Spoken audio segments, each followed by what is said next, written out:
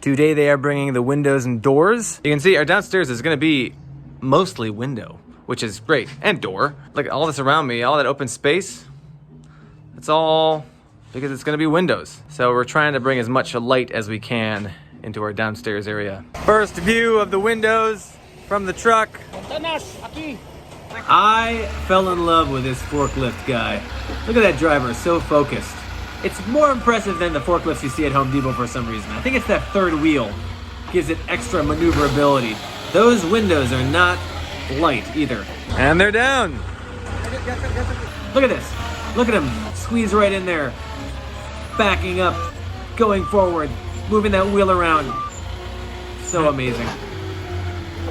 The three-wheeled forklift is my second favorite construction vehicle behind the pumper truck. Has to be three-wheeled though. That's it for the forklift. Took 4 guys to carry the gigantic window to the back. Window's going to the back.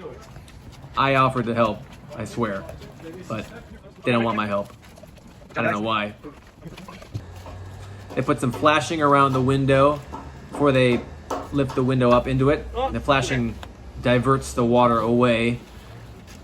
And then they just drop the window in there. And then you got a window in your wall. What did we learn today? I learned just how heavy windows and doors are, especially when they're as large as the ones that we put in. Our doors are 8 feet tall. That's the height of a normal ceiling. When you have really, really tall doors and tall windows, they're really heavy. So heavy, in fact, that you need an amazing 3-wheeled forklift to get them off of that truck. It's fun watching that 3-wheeled forklift. I had a good time. I think I'd like to take a forklift for a spin someday. Pick up some branches on the side of the road for someone, heavy rocks,